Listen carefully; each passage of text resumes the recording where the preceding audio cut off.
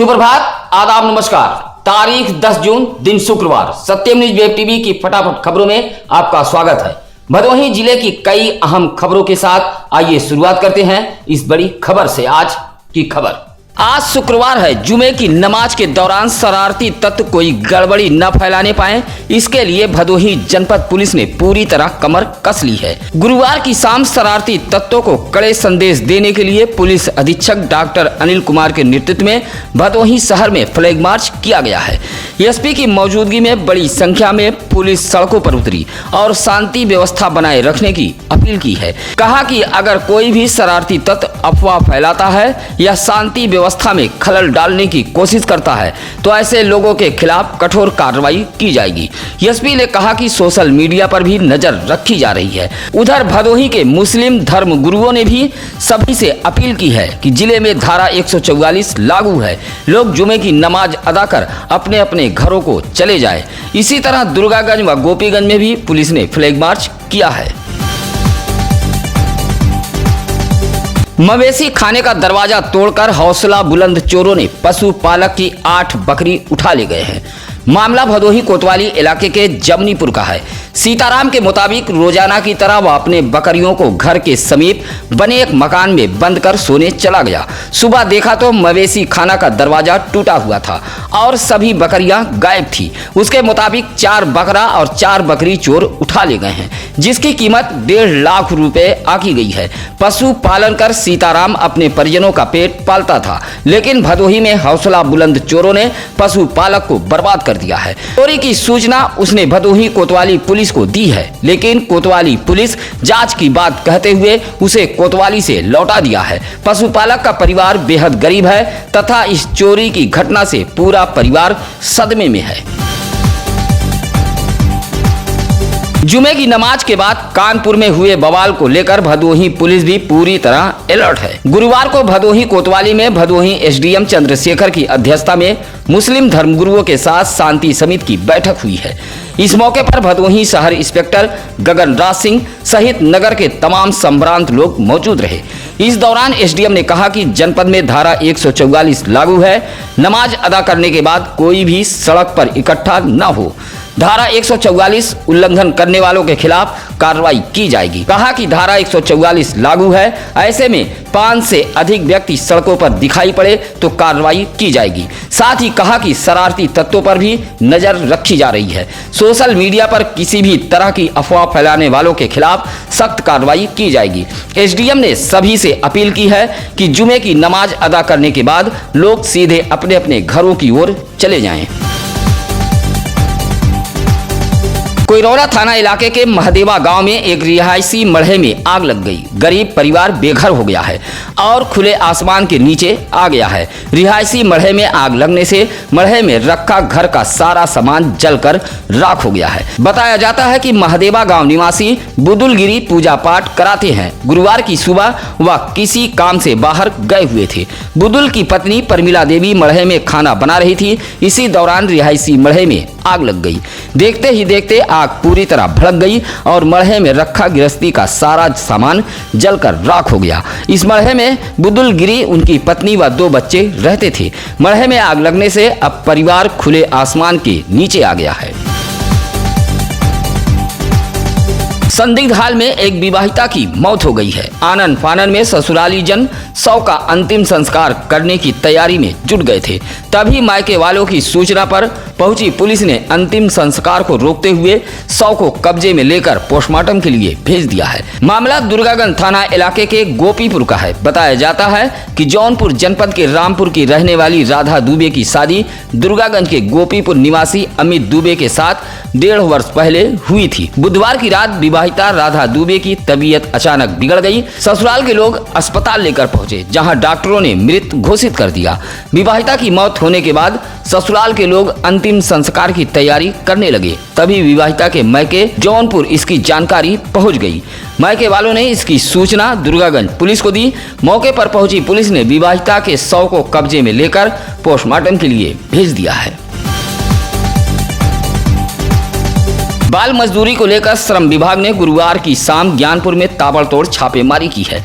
छापेमारी से हड़कंप मचा रहा। किराना, मिठाई, कपड़ा, गैराज जैसे दर्जनों दुकानों व प्रतिष्ठानों पर श्रम विभाग ने छापेमारी की है। टीम के पहुंचने से दुकानदारों में हड़कंप मचा रहा। कई प्रतिष्ठानों पर तो बाल मजदूरों को पीछे के दरवाजे से दुकानदारों ने भगा दिया। आपको बता दें कि उत्तर प्रदेश के मुख्यमंत्री योगी आदित्यनाथ ने अभी 2 दिन पहले श्रम विभाग को सख्त निर्देश देते हुए कहा कि किसी भी सूरत में दुकानों व प्रतिष्ठानों में बाल मजदूरी न होने पाए। उत्तर प्रदेश के मुख्यमंत्री योगी आदित्यनाथ का आदेश मिलते ही भदोही जिले का श्रम विभाग भी ताबड़तोड़ छापेमारी करने में जुटा हुआ है। छापेमारी में श्रम विभाग के इंद्रजीत तिवारी, मुरारी दुबे, दीपक मौर्य मौजूद रहे। भदोही शहर के जमुन मोहल्ले में अपने ननिहाल में रह रहे अल्तमस नामक एक किशोर की मौत हो गई है। किशोर की मौत से परिजनों में कोहराम मचा हुआ है। पानी का टिल्लू लगाते समय यह हादसा हुआ है। बताया जाता है कि वाराणसी जिले के अलईपुर मोहल्ला निवासी इकबाल कुरैशी उर्फ बाबू का भदोही शहर के जमुन मोहल्ले में ससुराल है। उनका बेटा अल्तमस कुरैशी पिछले कुछ समय से अपने नाना मुश्ताक कुरैशी के यहाँ रह रहा था। गुरुवार की सुबह पानी के लिए वह टुल्लू लगा रहा था, जहाँ टुल्लू में विद्युत प्रवाहित होने के कारण वह चपेट में आ गया। आनन फानन में परिजन एक निजी अस्पताल ले गए, जहां डॉक्टरों ने मृत घोषित कर दिया। पुलिस ने शव को कब्जे में लेकर पोस्टमार्टम के लिए भेज दिया है। उधर किशोर की मौत से परिजनों में कोहराम मचा है। आईपीएस बन भदोही का नाम रोशन करने वाले गौरव पांडे का भदोही के पूर्व विधायक रविन्द्रनाथ त्रिपाठी व जिला पंचायत अध्यक्ष अनिरुद्ध त्रिपाठी ने ज्ञानपुर के एक प्रतिष्ठान में कार्यक्रम का आयोजन कर स्वागत करते हुए बधाई दी है। पूर्व विधायक व जिला पंचायत अध्यक्ष ने आईपीएस गौरव पांडे को फूल माला पहनाकर जहां स्वागत किया, वहीं मिठाई खिलाकर मुंह भी मीठा कराया है। इस दौरान रविन्द्रनाथ त्रिपाठी ने कहा कि गौरव पांडे ने भदोही का नाम रोशन किया है और उनके उज्जवल भविष्य की शुभकामनाएं दी। इस मौके पर भाजपा नेता दिलीप गुप्ता आदि मौजूद रहे।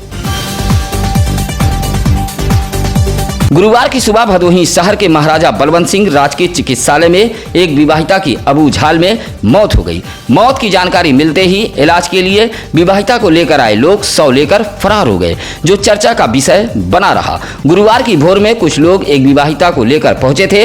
अस्पताल के रजिस्टर में विवाहिता का नाम संध्या गौतम 22 वर्ष व पति रिंकू गौतम के नाम से दर्ज कराया। पता जमालापुर जौनपुर के नाम से लिखवाया था। हालांकि कुछ लोग विवाहिता का पता मोड़ भी बता रहे थे। अस्पताल पहुंचने के बाद विवाहिता संध्या गौतम की मौत हो गई। चिकित्सकों ने जैसे ही कोतवाली पुलिस को सूचना देनी चाहिए, वैसे ही परिजन शव को वाहन में लादकर फरार हो गए। तेज धूप व गर्मी से अभी भदोही जिले को राहत मिलने के आसार नजर नहीं आ रहे हैं। हल्के बादलों के बीच तीखी धूप लोगों को सताएगी। जानकारी देते हुए कृषि विज्ञान केंद्र भदोही ने बताया कि इस बीच दिन का तापमान 44 तथा रात का तापमान 28 डिग्री सेल्सियस देखा जाएगा।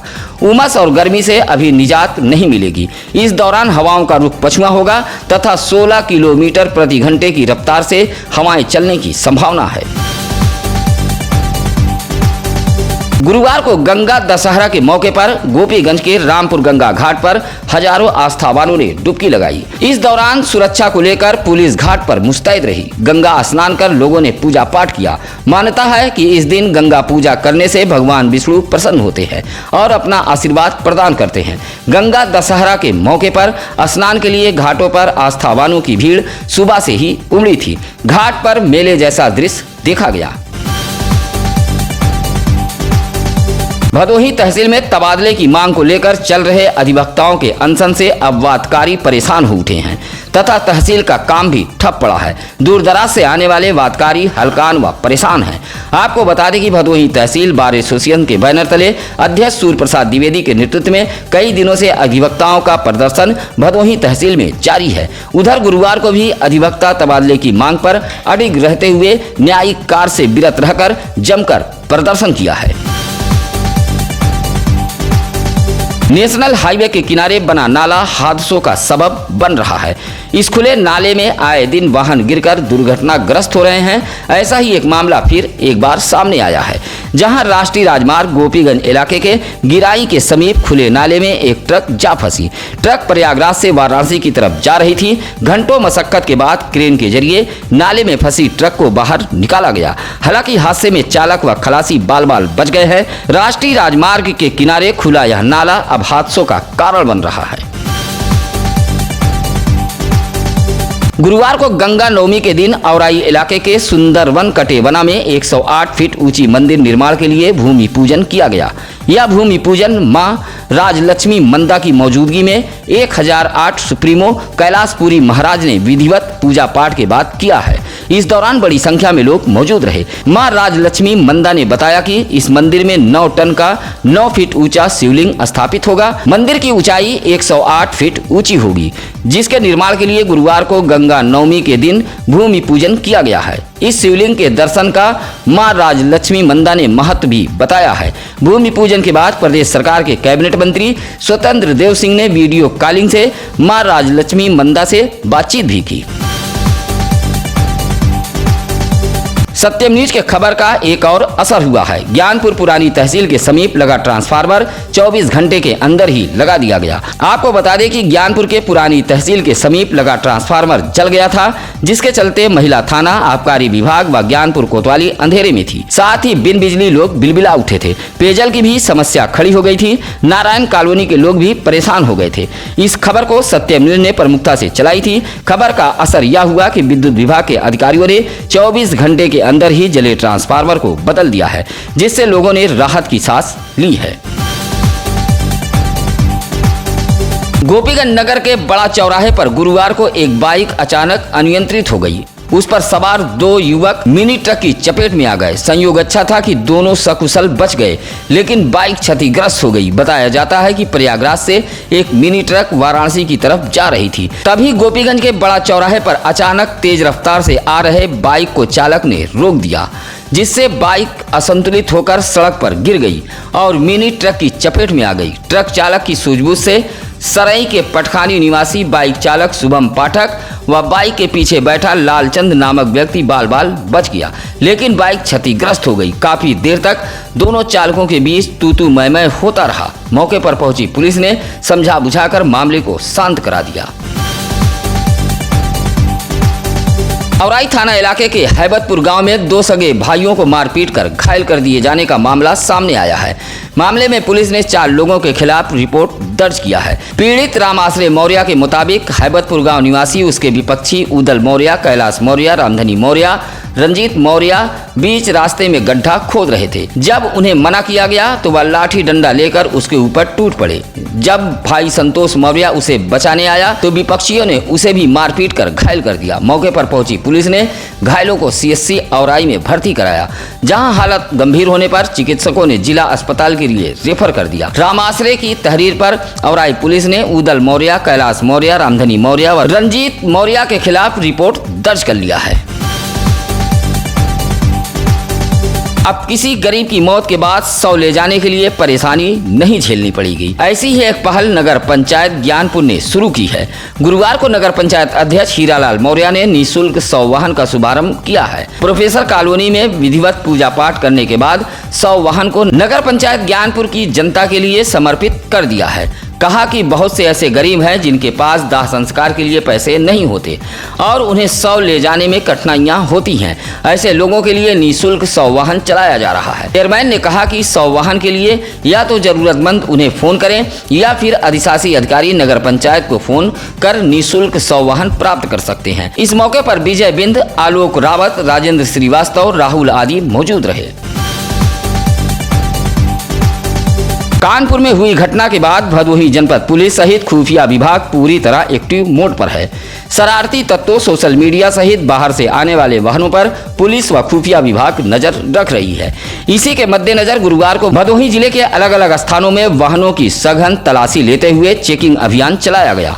वाहनों में आपत्तिजनक सामान, भड़काऊ पोस्टर को लेकर 4 पहिया वाहनों की सघन तलाशी ली गई। इस दौरान गोपीगंज पुलिस व यातायात पुलिस ने संयुक्त रूप से नगर के अलग अलग स्थानों पर यह चेकिंग अभियान चलाया है। इस दौरान कई वाहनों का चालान भी किया गया। अभियान से वाहन चालकों में हड़कंप मचा रहा।